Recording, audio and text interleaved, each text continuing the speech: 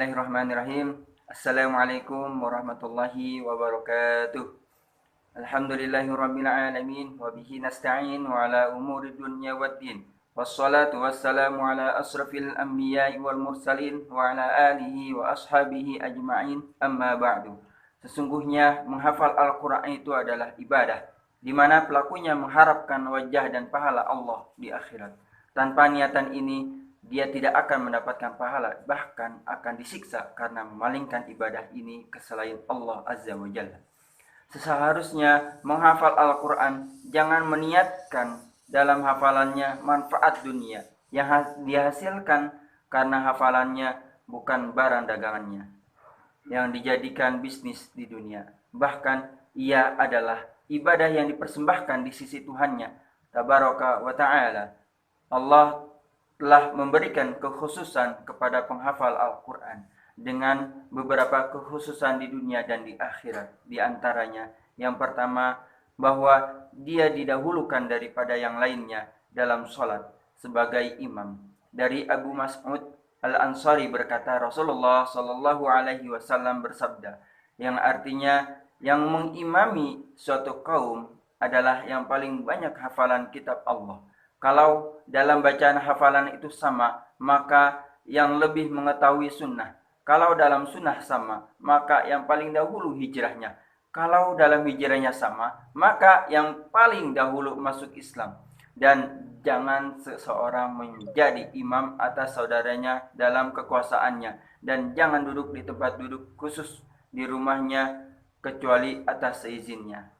Dari Abdullah bin Umar berkata, ketika di generasi pertama dari kalangan orang-orang muhajirin di tempat Kuba, sebelum kedatangan Rasulullah Shallallahu Alaihi Wasallam, yang menjadi imam mereka adalah Salim, budak Abu Huzaifah, di mana beliau paling banyak hafalan Al-Qur'annya.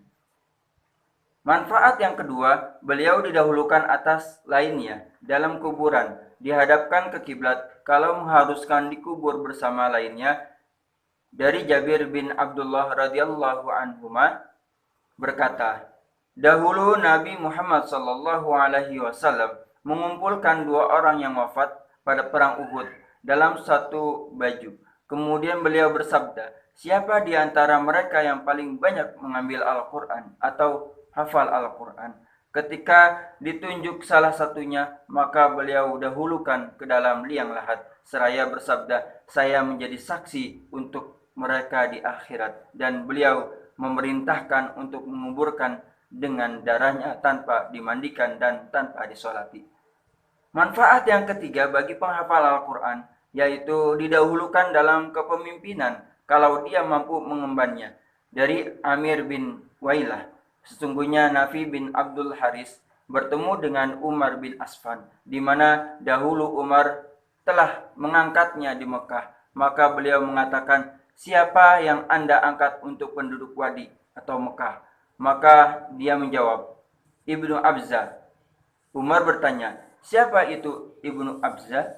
Dijawab, di antara budak-budak kami. Berkata, apakah Anda angkat untuk mereka seorang budak? Dijawab, beliau pembaca atau penghafal kitab Allah Azza wa Jalla, dan beliau pandai dalam bidang ilmu faraid. Maka Umar mengatakan, maka sungguhnya Nabi kamu semua Sallallahu Alaihi Wasallam telah bersabda, sungguhnya Allah mengangkat dengan kitab ini suatu kaum dan merendahkan kaum lainnya. Baik, akhirnya saya sampaikan, wabillahi taufiq wal hidayah waridho wal inayah. Mudah-mudahan bermanfaat untuk kita semua. Assalamualaikum warahmatullahi wabarakatuh.